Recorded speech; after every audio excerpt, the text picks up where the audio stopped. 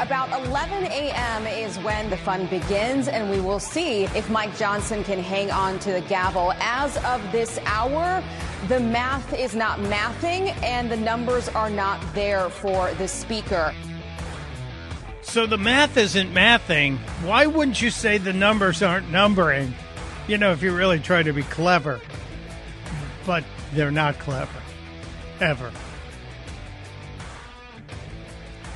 And welcome to Friday on the Chris Plant Show, the final day of the plant vacation. Mike Opelka in for my friend Chris Plant as we celebrate the return of Congress.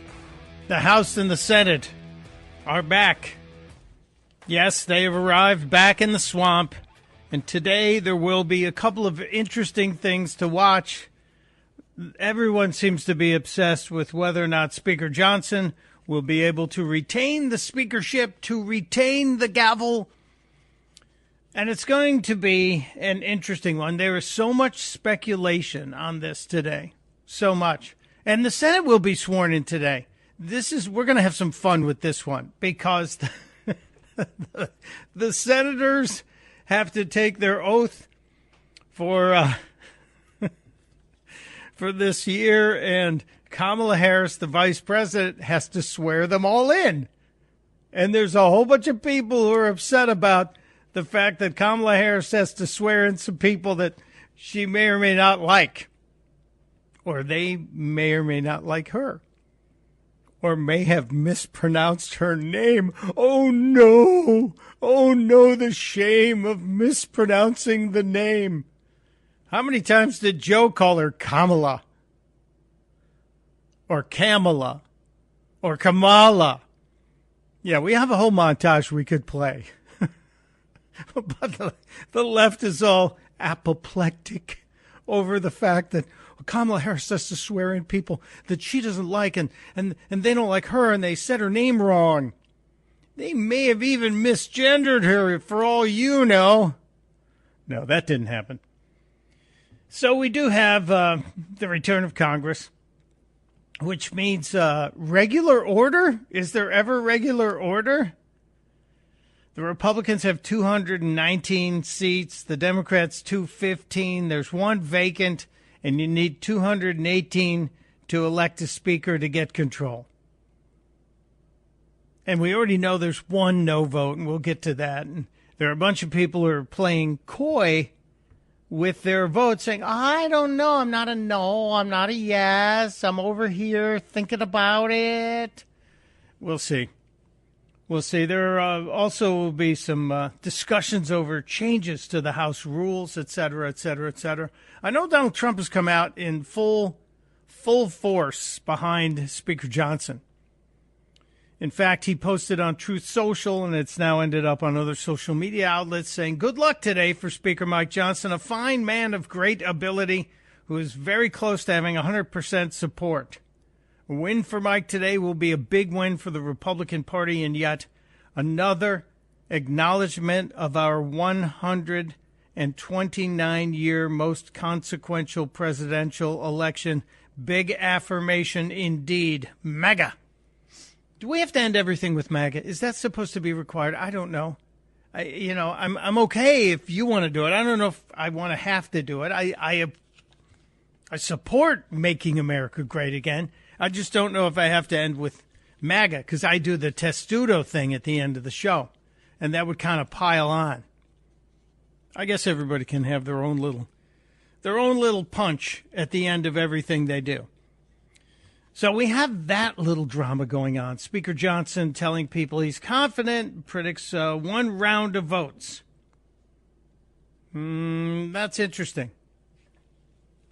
Now, if we believe the betting odds, and a lot of people say there's more credibility in the betting odds than the pollsters, the betting odds currently favor Speaker Johnson.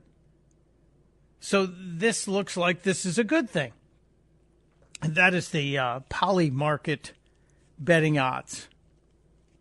Johnson is a 91% favorite to win. The next closest is at 2%, and that's Tom Emmer followed by Jordan Scalise, the karate chopping the air Hakeem Jeffries, Byron Donalds, Thomas Massey, Jack Bergman, and Elon Musk. They're all about 1%. So 91% for Mike Johnson. We'll see what happens. And there'll be a whole lot of chatter about this. A whole lot of chatter about it, as there was yesterday. And we'll continue until the first vote, I guess, is at noon today. I know the networks are all saying, well, 11 o'clock, they've got to show up. Everyone has to get in their places with bright, shiny faces. We'll see. What do you think about it? What is your take on this? Do you think Johnson retains the speakership?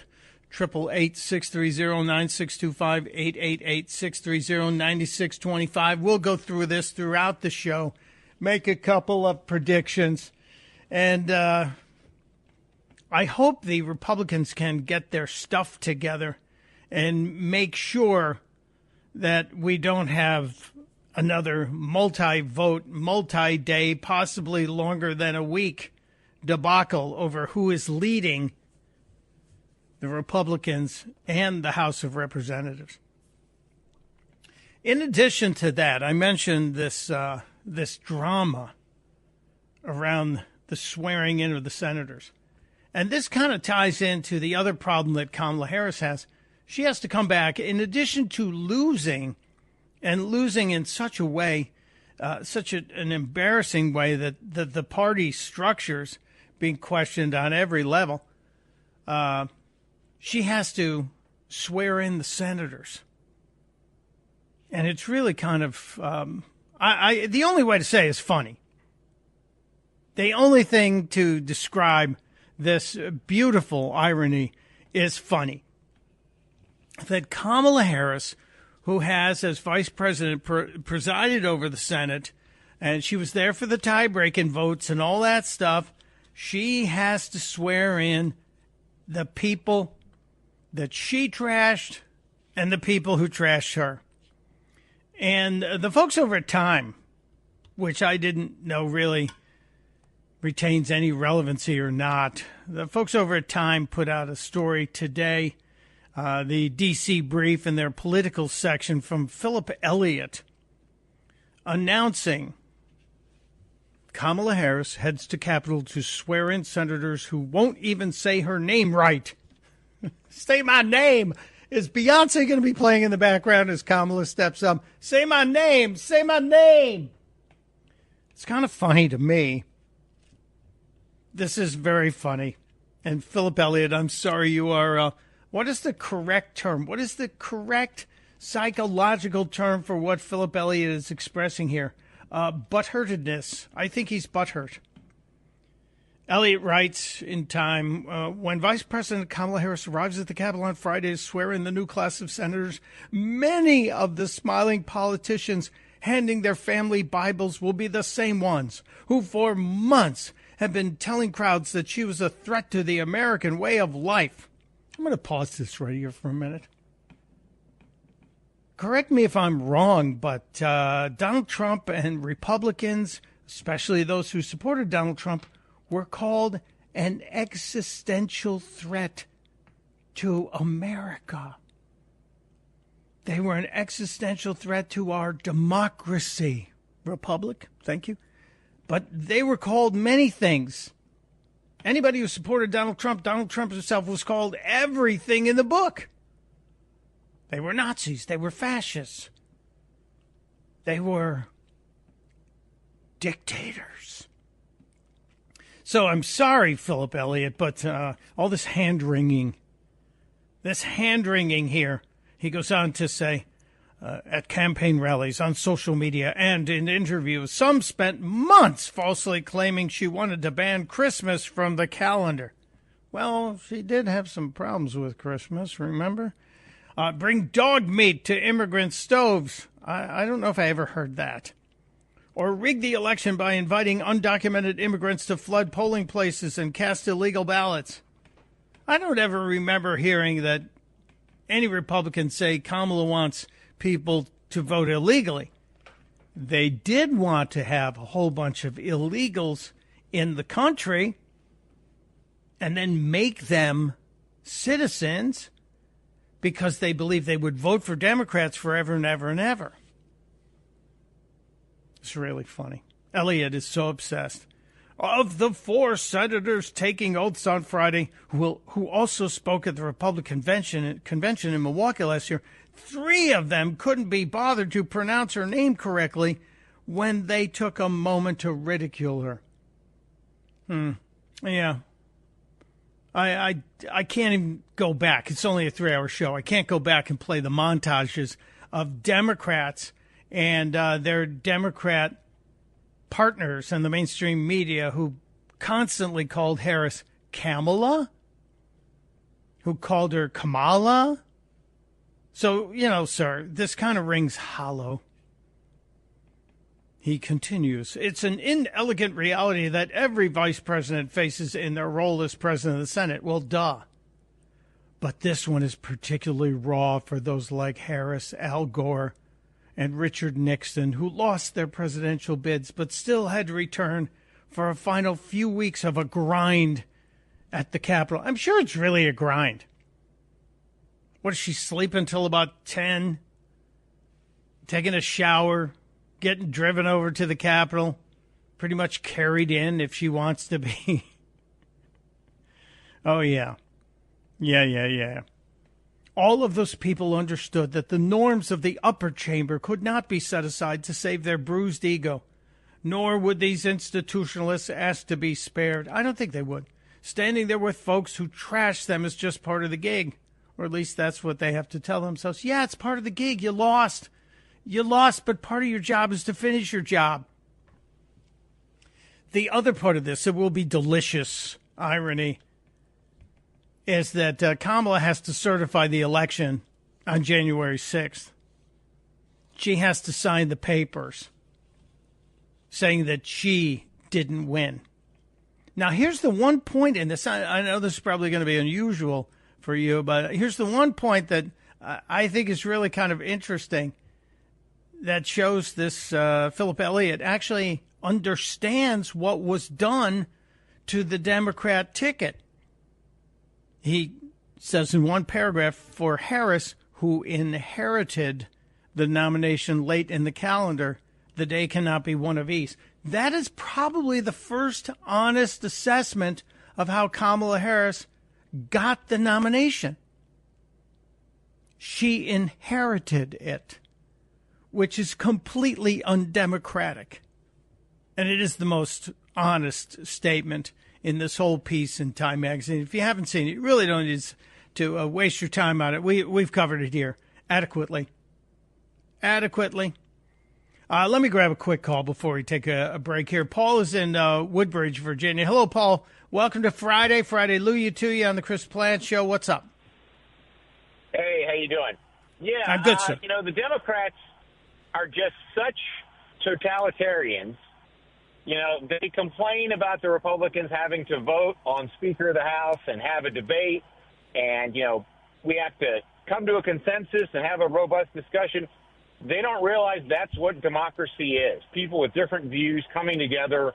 That's what it is. But they're such totalitarians. Anything outside of their lockstep, viewpoint is just completely foreign to them. They've lost all sense of democracy. Well, you do have to kind of respect the fact that they keep their caucus together in order to achieve whatever radical ends they want. Yeah, I get what you're saying.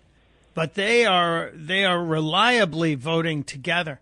I believe out of all of those Democrats, out of the 215 Democrats, there are likely one or two of them, maybe even double figures, who would actually vote for Johnson if they were honest, but they don't want to.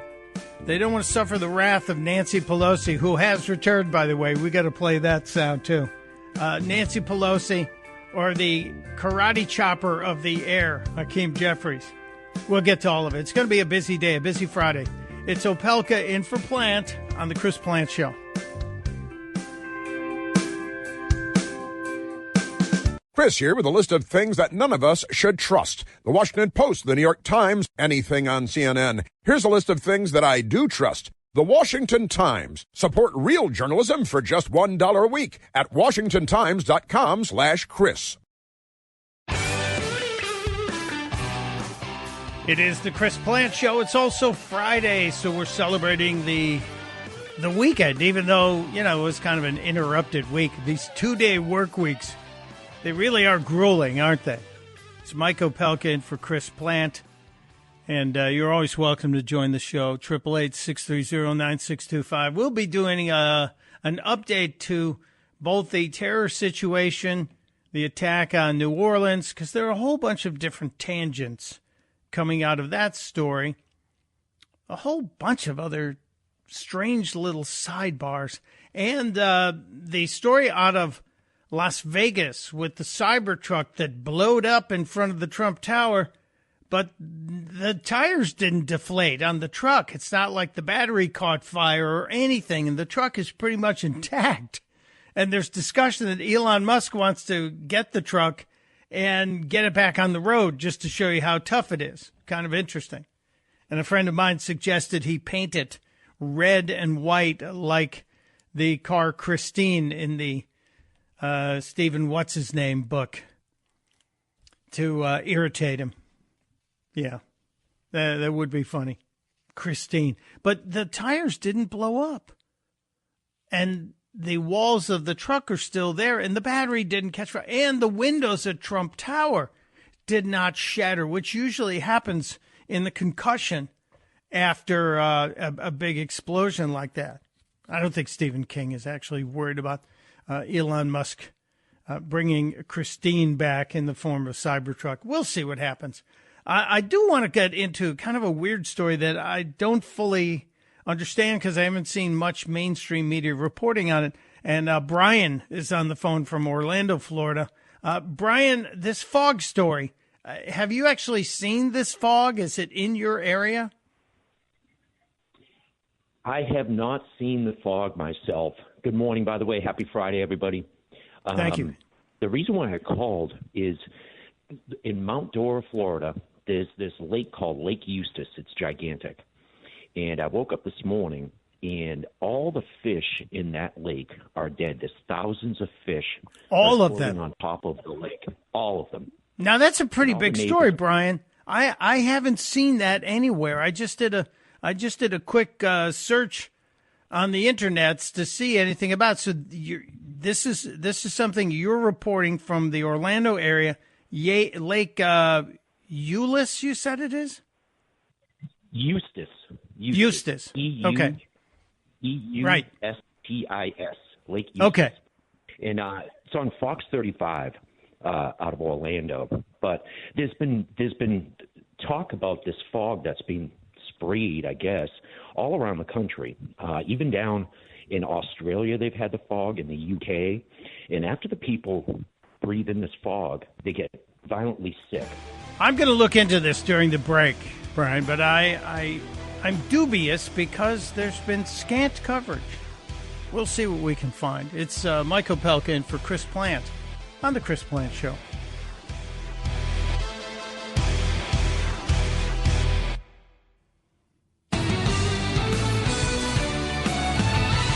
It is The Chris Plant Show. Mike Opelka kicking off the new year for my buddy Chris Plant, who returns on Monday just in time to watch Kamala Harris be forced to certify the election of Donald Trump. And won't that be a sweet moment of schadenfreude?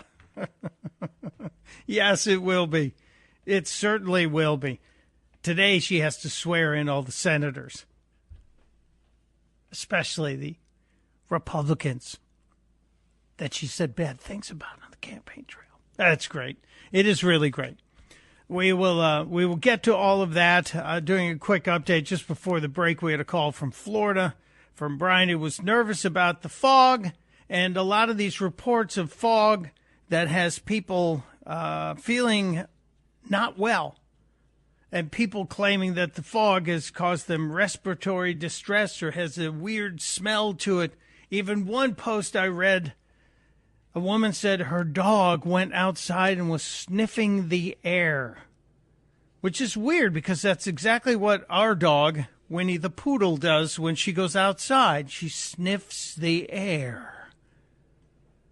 Now, I have seen the story out of Florida about Lake Eustis, which was the lake the gentleman mentioned, and reports of some dead fish washing up on shore. And the Florida Wildlife Commission is investigating, but it doesn't say all the fish are dying. So let's find out. Let's look deeper before we leap and panic. Not saying there isn't something going on, but there is literally zero coverage I've seen on the mainstream media outlets, on the cables, as they say, and we'll follow up and see if there is any credible story. I did try and reach out to one business establishment that's on this same lake. Oddly enough, a place called Fish Camp. And they're not open yet, so we don't know. And if you have some knowledge of this, if you have a report on the fog, you can let us know. 888-630-9625. I meant to mention this yesterday. The fear porn about weather is out there. Yesterday it started. We started seeing reports from the weather forecasters about a severe winter storm that was about to hit the center of the country, and it would move east. And I kept thinking, now, a severe winter storm, this is January, which would be in the middle of winter. And what happens in winter? It gets cold, and there are times when we have snow. But they're just ratcheting it up. I understand you should be prepared, and you should make plans to try and avoid driving in the snow. That's always a good plan, because the other guy always drives like an idiot, and that's where accidents happen. But what I saw yesterday, especially on CNN, and I've been going back and forth from Fox Weather and over at Newsmax, but I stopped on CNN because the map was so misleading. It had entire sections of the country where the numbers said -20, -14. I'm looking at Alabama, and it says -17. I'm thinking it's going to be 17 below in Alabama. No, it's going to be 17 degrees colder than normal. But they didn't tell you that. They just posted the graphic, and then you had to listen for them to say it's going to be colder than normal. But it's all about fear porn, and it's really sickening. Are we going to have a winter storm? Yes. Is it going to be cold? Well, let me check the weather rock. It's January, so it's going to be cold, and the weather rock is cold. And when it rains, it gets ice on the weather rock when it's really cold. And if it snows, a little snow hangs onto the weather rock. So please, let's just be prepared and not be panicked. I would love for the panic to stop. There also was an issue yesterday that I'm kind of interested in. I watched the Sugar Bowl yesterday. Congrats to Notre Dame for a big victory. And I started noticing there were people who were upset. People that were venting their spleens online about a 30-second video that aired before the Sugar Bowl from the CEO of Allstate. And I'm watching the video thinking, why is everyone really mad about this? And we should talk about this, because there are people who are invoking the term, Allstate, you're going to feel like Bud Light after this is done. Or we're going to cancel our insurance with Allstate. Are you really? Have you tried to replace your insurance lately? Have you seen the rates that go up? If you're switching from Allstate to somebody else, get ready. We did nothing. We had no claims, no tickets, no accidents, and our insurance went up. We're not Allstate claims. 52% in the last 2 years. That's Bidenomics right there. But here's the statement from the Allstate CEO. And people are outraged. And I want to get into this a little bit. So let me play the statement for you. Welcome to the Allstate Sugar Bowl. Wednesday, tragedy struck the New Orleans community. Our prayers are with the victims and their families. We also need to be stronger together by overcoming an addiction to divisiveness and negativity. Join Allstate working in local communities all across America to amplify the positive, increase trust, and accept people's imperfections and differences. Together, we win. Now, aside from the guy saying all across America, putting a T on the end of the word across, I just thought the rest of it was usual corporate piffle, right? Corporate piffle. That's just, little platitudes they're out there preachifying. And I thought, why is everybody upset about this? And there are millions of views about this. And then I was educated that Allstate spends a lot of money and time telling everybody just how diversified they are in their people and how inclusive diversity and equity is core to the success of the company. Now, that's fine. But why don't you tell us you're hiring the best people for the job?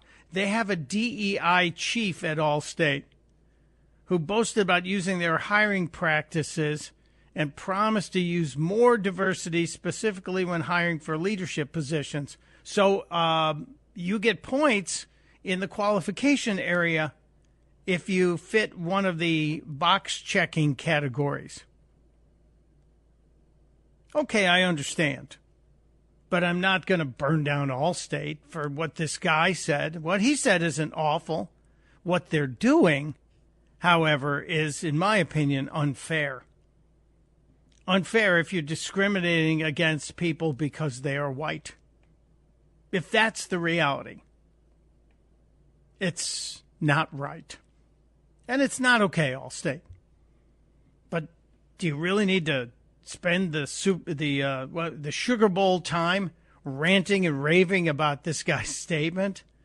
No, shop elsewhere. If that's the case, shop elsewhere, and you'll be happier all over the place. I just thought that was a weird thing, and I know I'm not the only one, but I have a whole bunch of friends who absolutely lost their minds yesterday, stomping their feet, ranting and raving. Oh, this is terrible. Why would you do this? I was more upset that the game, which I believe was carried on ESPN, that they skipped the singing of the national anthem and the tribute to the 15 people who were killed and the 30 people who were wounded in the terror attack on the city. It seems like that would have been a more important thing to include in the broadcast, as opposed to the piffle. I like the word piffle. The word piffle from the CEO of Allstate. And for the record, I have not one insurance contract with the Allstate people. I would consider them, but I got better coverage and a better rate from somebody else. There are some other things that we need to keep our eyes on. Clarence Thomas, who spent the last year getting a whole lot of crap from a lot of people on the left and a lot of people in the mainstream media. Supreme Court Justice Clarence Thomas, who I just think is one of the greatest American success stories. If you've seen the Mike Opelka documentary on Clarence Thomas, in his own words, it is a truly inspiring story of this man and his power, his strength, his dedication, his compassion, and his love for America. And he was under the gun, Clarence Thomas. And he took the heat. But we knew he would if you go back to how Joe Biden attacked Clarence Thomas when he was a candidate for the Supreme Court after he was nominated, and the high-tech lynching, as it was called, by Thomas occurred. Clarence Thomas showed us then that he was up for the test. But he has certainly been targeted by the left over the last year. All these claims about Clarence Thomas and ethics. Well, yesterday the story broke, and actually the AP covered it. The federal courts are not going to refer allegations that Supreme Court Justice Clarence Thomas violated ethics laws to the DOJ. Not going to happen. So all of that time, all of the smears, all the time the Harpies on The View spent attacking Clarence Thomas, a gigantic waste of time and just ridiculous. And what did it do? What it did was diminish the court. And that's ultimately what's at the end of all of this. The target at the end is to try and take the court apart. And somebody figured that out. A really unlikely source Jan Crawford, who we played on, I think we played Jan Crawford on Tuesday or Monday. She was on CBS Face the Nation this past weekend. Jan Crawford, currently working for CBS, although she's probably on the editorial discipline couch after her little rant about how the media covered up Joe Biden and his cognitive decline. Well, Jan Crawford must have been severely red-pilled, and it's kind of cool to see this happen. She was talking about the efforts to undermine the Supreme Court, the legitimacy of the Supreme Court by Democrats.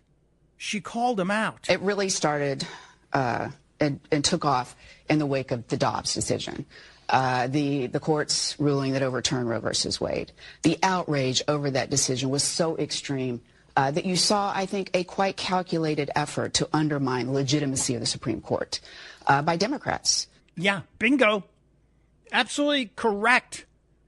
We saw all of the screaming from Chuck Schumer. We saw all of the threats to the lives of the Supreme Court justices after the leaked Dobbs decision, and we never got a complete resolution on who leaked that decision ahead of time.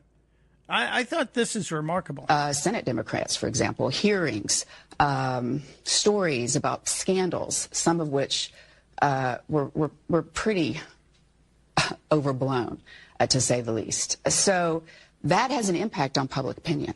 You know, the public starts to believe that this court is corrupt, that this is, it's on the take, none of which is true. I mean, this is still a court. You may disagree with their decisions. It's a very conservative court. It is not a corrupt court. You think she's getting called today? You think she's getting a little message from the leaders at CBS News? Or is it just possible that the pendulum has shifted and there is a new legitimacy, otherwise known as journalism, happening at CBS News? This is amazing to me.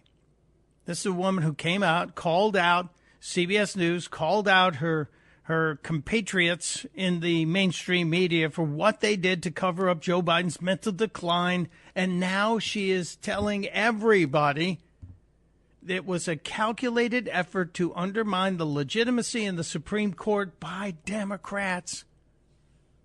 And when the public starts to believe that this court is corrupt, is on the take, none of which is true, that's bad. That's bad for America, bad for the court. Just got a little bit more to say here. These are 9 justices who have very different views on how to interpret the Constitution, who are kind of in this titanic struggle over law, not politics. Even the immunity decision. I mean, that decision was so misreported to say that the court was going to save Trump from a criminal trial. No, it wasn't. That was never the decision. In fact, that decision is going to help protect Joe Biden from any future prosecution by Donald Trump if he wanted to do that. So, when we look at public opinion polls, sure, the court's taken a hit, but that's true over the years. The court often takes a hit, so do other institutions. And the court's opinion, court's public opinion remains much higher than our other institutions, including the White House, Congress, and, by far, the news media. It really started. Bam. The Supreme Court and the opinion held of the Supreme Court by the public is higher than the White House, the Congress, and Jan Crawford called it correctly, by the media. Gee, I wonder why we have no trust in the media or the White House or the Congress. Great job, Jan Crawford. Great job. Just wanted to share it with you. All right, I'm stepping aside, taking a break. It's Mike Opelka in for Chris Plant on The Chris Plant Show.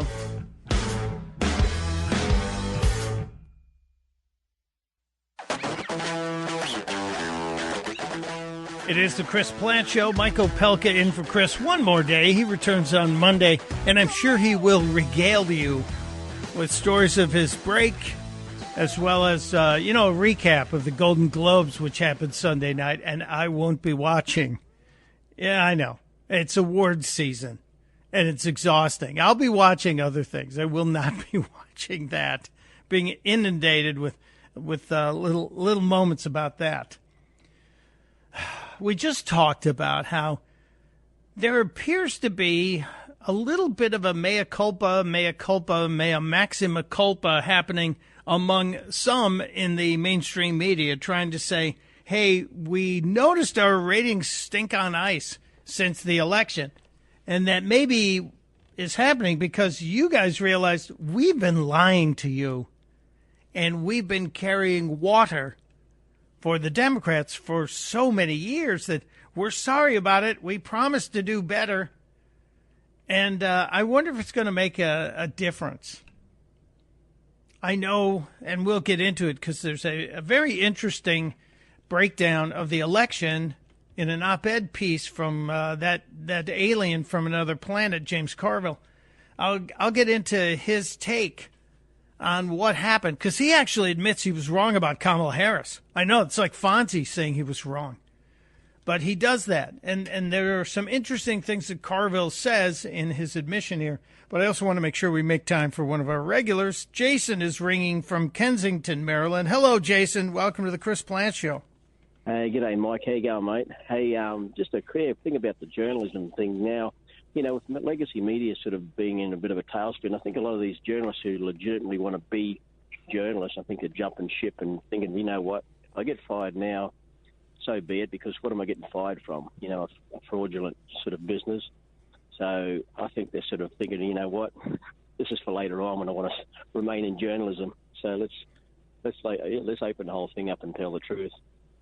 Yeah, it's kind of interesting. A few of them are taking a burn the boats type approach to that.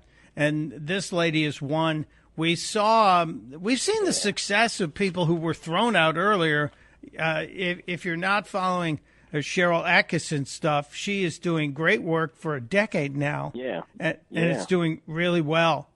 And it's all just truth telling, you know. It's all just truth telling. And what a concept, Jason. Truth telling. What an idea, man. I know. You know what? And it means a job later on, you know. Yeah, and they can go out with their head held high saying, I called him out on it. I threw some darts at him as I was leaving. Yeah. So maybe she smells the paint and sees the writing on the wall that she's going to leave. Hey, Jason, before we run out of time this hour, I know you're probably following the lead up to the Australian Open in Brisbane this morning, last night. Did you happen to catch the match between Novak Djokovic and one Riley Opelka? I was watching. I saw some highlights of that. It's pretty. I tell you what, he's a fine young player. I tell you, I love the tennis. Yeah, it was a good match. Congrats to my nephew. We might mention it again. But yeah, Riley scored a big win today for the USA and for himself. All right, first hour in the books. It's Opelka in for Plant.